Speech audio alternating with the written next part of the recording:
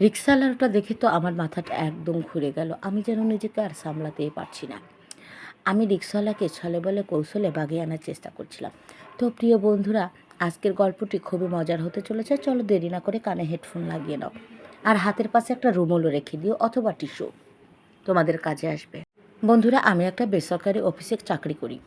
আমি সবসময় রিকশায় যাতায়াত করি। যেহেতু আমি একটা ভাড়া বাসায় থাকি, সেহেতু কোনো গাড়ি বা বাইক টাইক এসব আমার জন্য এক্সট্রা প্যারা। এর জন্য আমি কখনোই নিই। একটা রিকশাওয়ালা আছে, আমাকে খুবই সুন্দরভাবে অফিসে নিয়ে যায় বা ছুটির টাইমে বাসায় নিয়ে আসে। তো সে আমাকে নেওয়া দেওয়া করতে করতে তার সাথে আমার মোটামুটি ভালো একটা সম্পর্ক। তো কখনো সে আমার বাড়িতে এসে দেরি করেন না, মাঝে মধ্যে একটু শরবত খেয়ে চলে যান। একদিন আমি অফিস শেষ করে অফিসের সামনে দাঁড়িয়ে আছি। প্রচণ্ড ঝড় বৃষ্টি উঠেছে। রিকশাওয়ালা বাপ্পিও এসে গেছে। রিকশাওয়ালাটার নাম ছিল বাপ্পি, আমার নাম ছায়া। যাই হোক বন্ধুরা, তো ও দাঁড়িয়ে আছে রিকশা নিয়ে। আমি বললাম, বাপি তুমি তো ভিজে যাচ্ছ, তুমি উপরে উঠে দাঁড়াও। বলল, কোনো ব্যাপার না পা, আমি এখানেই দাঁড়িয়ে আছি। আমি বললাম, ঠিক আছে, দেখো ঝড়টা একটু থামলেই আমরা রওনা করব। ঝড়ের তীব্রতা এত বেশি ছিল যে আমরা ওখান থেকে বের হওয়ার কোনো সাহসই পাচ্ছিলাম না।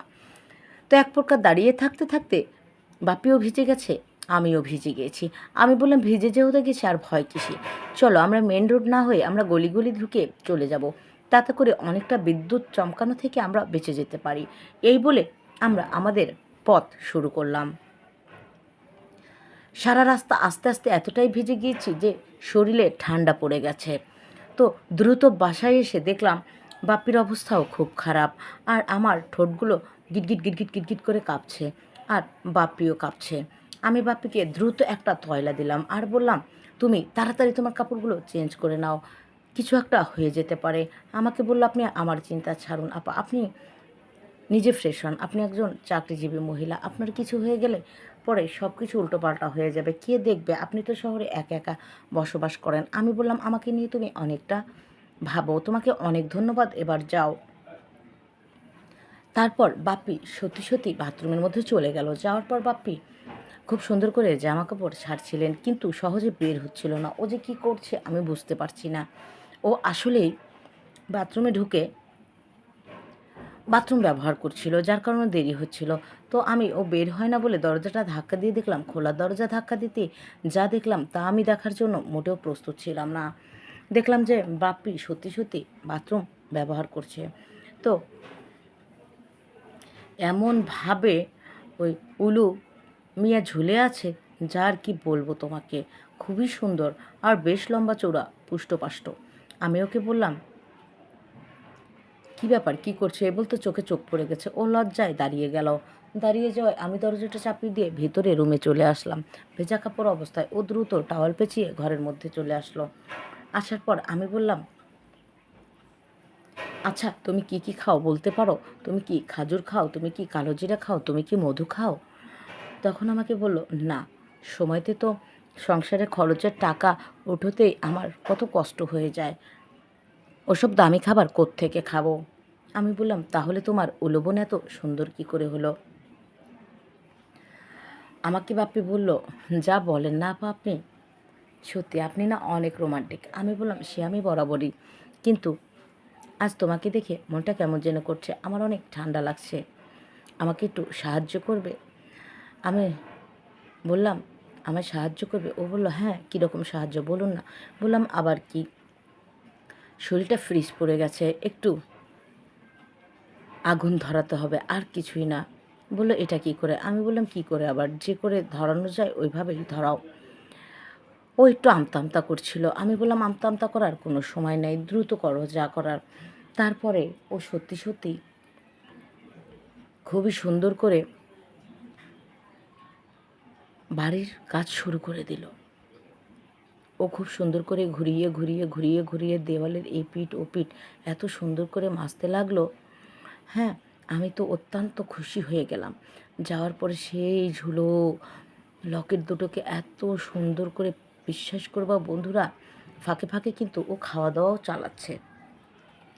হ্যাঁ, কমলা গালে দিচ্ছে, ভাপা পিঠে গালে দিচ্ছে, চিতই পিঠে একটু একটু করে গালে দিচ্ছে। কি বলবো সেই দৃশ্য আর তোমাদের আমি। যাই হোক, ঘষা মাজার কাজও করছে, আবার সে খুব সুন্দর করে করে একটু একটু করে এদিক সেদিক খেয়েও বেড়াচ্ছে। তাতে করে আরও আরও মানে কাজের চাহিদা বেড়েই চলেছে আবার। যাই হোক, আমি বললাম এবার ফাইনালি তুমি পরিষ্কার পরিচ্ছন্ন করার কাজটি শুরুই করে ফেলো। তারপরে সেই কত সুন্দর বন্ধুরা, ও যে আমার পানির ট্যাঙ্কি আছে সেটাকে আমার নিজেকে তো পরিষ্কার করাতে হবে বলো। ওরে বললাম তুমি যখন এসে পড়েছো ট্যাঙ্কিটা একদম পরিষ্কার করে দাও না। পরে ও ছোট্ট সেই পানির ট্যাঙ্কিটা পরিষ্কার করতে পানির ভিতরে ঢুকে গেল। যাওয়ার পরে একদম মেজে ঘষে পরিষ্কার করে নিয়ে আসলো বাইরে। তারপরে তো বন্ধুরা খুব সুন্দর করে ও পানির ট্যাঙ্কিটা আবারও অনেক সযত্নে ভরিয়ে দিল। পাইপটা রেখে দিল পানির ট্যাঙ্কির মুখের মধ্যে, দেওয়ার পরে বাস পানি ছেড়ে দিল। তারপরে ট্যাঙ্কি অটোমেটিক ভরে গেল। তো নিশ্চয়ই তোমরা বুঝতে পেরেছো বন্ধুরা। তো এভাবেই ও মোটামুটি 4-0 মিনিট ধরে এভাবে আমার বাড়ির কাজগুলো খুব পরিচ্ছন্নভাবে করে দিল। করে দেওয়ার পর বৃষ্টি বাহিরে এখনও যায়নি। তো আমি আমার নিজের একটা ট্রাউজার আর একটা টি শার্ট ওকে দিয়ে দিলাম, বললাম নাও এগুলো পরে নাও তুমি। বাপি আমায় বলছে আমার রিক্সাটা কিছু হবে না। আমি বললাম কিছুই হবে না, আমাদের গেটের সঙ্গেই তো তালা দেওয়া আছে, তাই না? গ্যারেজের ভিতরে আছে, তোমার রিক্সা কিচ্ছু হবে না, তুমি আরও কিছু সময় থাকো। আমি দৌড়ে যেয়ে একটু কফি করে নিয়ে আসলাম। আসার পরে ওকে দিলাম, আমিও খেলাম। কফি খাওয়া শেষ করে আমি বললাম এবার একটু ফ্রুটস খেয়ে নাও। ও আবারও সেই ফ্রুটসের পিস খাওয়া শুরু করলো। আমিও আর থাকতে পারলাম না, ওর খাওয়ার স্টাইলটা এত সুন্দর ছিল যে আমিও খেতে লাগলাম। সেই কমলার কোয়াগুলো খুব মজা করে করে খেয়েছি। অনেক দারুণ ছিল, আমিও খেলাম ও খেলো। যাই হোক বন্ধুরা, এই হচ্ছে ফ্রুটস খাওয়ার পালা শেষ। তারপরে অনেক সুন্দর করে বললাম এবার আমিও একটু পিঠে খেতে চাই, আমাকে কুলি পিঠাটা খাইয়ে দাও। ও সুন্দর করে আমার গালে তুলে তুলে কুলি পিঠাটা খাইয়ে দিচ্ছিল। আমি বললাম এবার সিদ্ধ পিঠেও দাও। আমি ওর গোল গোল সিদ্ধ পিঠাগুলো খাওয়া শুরু করে দিলাম। ব্যাস, আমি খেতে লাগলাম, ও খেতে শুরু করলো। ও সুন্দর করে করে সেই ভাবা পিঠে খেতে লাগলো এবং চিতই পিঠা অনেক মজা করে খেলো। তো চিতই পিঠা ও একটু মধু মাখিয়ে খাচ্ছিল, তাতে খেতে স্বাদটা অনেক বেশি ও আমায় বলছিলেন। তারপরে বললাম খাওয়া দাওয়া অনেক হয়েছে, এবার আসল কাজগুলো করা যাক। তারপর খুব সুন্দর করে আমরা দুজন মিলে আবারও সেই বৃষ্টির মধ্যে মাঠে নেমে ব্যাট বল খেলা শুরু করে দিলাম।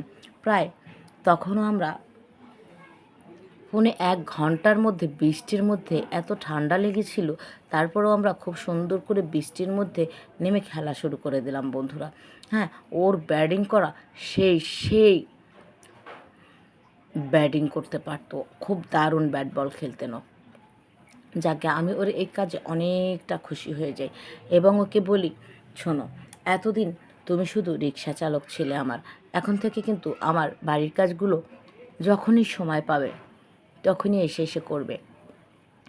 তো এভাবেই প্রায় 1.5 বছর ওর সাথে হলো আমার সম্পর্ক থাকে। ও ফাঁক পেলে আমাদের বাড়িতে চলে আসতো, মানে আমার বাড়িতে, আমি ব্যাচেলার, আমি একা একাই থাকি। আসলে ও খুব সুন্দর করে আমার বাড়ি পরিষ্কারের কাজ করতো। বিশ্বাস করবা না বন্ধুরা, ওয়ালগুলো এদিক সেদিক ঘুরিয়ে মেজে মেজে পরিষ্কার করে দিত। তারপরে সেই ঝুলন্ত লকেটগুলোকে ও এত সুন্দর করে যে পরিষ্কার করতো সে আর তোমাদের কী বলবো আমি। তারপরে সে মেঝেটা ফ্লোরটা এত সুন্দর করে পরিষ্কার করে দিত। ও স্ট্যান্ডটা মনে হচ্ছে এক্সট্রাভাবেই বানিয়েছে, এত সুন্দর ঘর মোছা স্ট্যান্ডটা, জানো যেমন উষ্টপুষ্ট লম্বা তেমনি মানে স্বাস্থ্য অনেক সুন্দর, খুবই সুদর্শন ছিল সেই স্ট্যান্ডটি। যখনই ঘরের কোনাকাঞ্চি এদিক ওদিক ঘুরিয়ে ঘুরিয়ে ঘুরিয়ে ঘুরিয়ে মুছতো না, তখন সেই পরিষ্কার হতো বন্ধুরা। আর আমি তো মনে করো ওর কাজ দেখে আনন্দে একদম ভরে উঠতাম। তো বন্ধুরা এভাবেই 1.5 বছর চলে যায়। যাওয়ার পর বাপির শুধু মা ছিলেন, বৃদ্ধ মা, আর একটা বোন ছিল বিয়ের যোগ্য। মিলেমিশে বোনটিকে বিয়ে দিলাম। তারপরে ভাবলাম যেহেতু আমার বাড়ির প্রথম কাজ বাপ্পি করেছে, তাই শেষ পর্যন্ত বাপ্পিই করবে। তাই বাপ্পিকে সরাসরি আমি নিজে থেকে বিয়ের প্রস্তাব দিয়ে দিই, আর বাপ্পি খুশি খুশি রাজি হয়ে যায়। সেই থেকে আমি আর বাপ্পি মিলেমিশেই অনেক সুন্দর করে আমরা বাড়ির কাজ গুছিয়ে গাছিয়ে করি। আমাদের আর কোনো প্রবলেম হয় না। আর বাপ্পিও প্রচণ্ড ভালো। একদিন হঠাৎ করে ওর মা চলে যায়। তারপর থেকেই আমরা এখন দুজন একসঙ্গেই থাকছি। আমি অনেকবার বলেছিলাম তোমার মাকে আমার কাছে নিয়ে আসো, কিন্তু গ্রামে থাকায় উনি আসতে চাইতেন না। উনি বলতো স্বামীর ভিটেই শেষ নিঃশ্বাস ত্যাগ করবো, কোথাও যাব না। তারপর যাক আমার ননদ আসলো গেল। আমি আমার ননদকে অনেক ভালোবাসি, কারণ এতিম তো আর কেউ নেই। তাছাড়া বাপ্পির মতো ছেলেই হয় না। ও আমাকে অনেক রেসপেক্ট করে, সম্মান করে, ইজ্জত করে। যাই হোক বন্ধুরা, এভাবেই চলতে থাকে আমাদের দানপত্র জীবন। আমরা এখন অনেক ভালো আছি। তবে বাপ্পি এখন আর রিক্সা টিক্সা কিছু চালায় না। বাপ্পি ছিল একজন মাস্টার্স পাস ছেলে। আমি ওকে সুন্দর একটি চাকরি নিয়ে দিয়েছি। আমরা দুজন মিলে ঘরের কাজ করি, দুজন মিলে সময় কাটাই, দুজন মিলে অফিস করি, দুজন মিলে রান্নাঘরেও একে অপরকে সাহায্য করি। তো বন্ধুরা, এভাবেই চলছে আমাদের জীবন, আর গল্পটি এখানেই শেষ হয়ে যাচ্ছে। তো আজকে বিদায় নিচ্ছি, দেখা হবে পরবর্তী নতুন কোনো গল্পের সঙ্গে। সে পর্যন্ত তোমরা সবাই ভালো থেকো। গল্প কেমন লাগলো অবশ্যই একটা সুন্দর কমেন্ট করে জানিয়ে যেও, সুন্দর করে একটা লাইক করে দিবে। আর হ্যাঁ, কীরকম গল্প শুনতে চাও তার জন্য একটা কমেন্ট করে যেও। আজকে বিদায় নিচ্ছি, সবাই ভালো থেকো।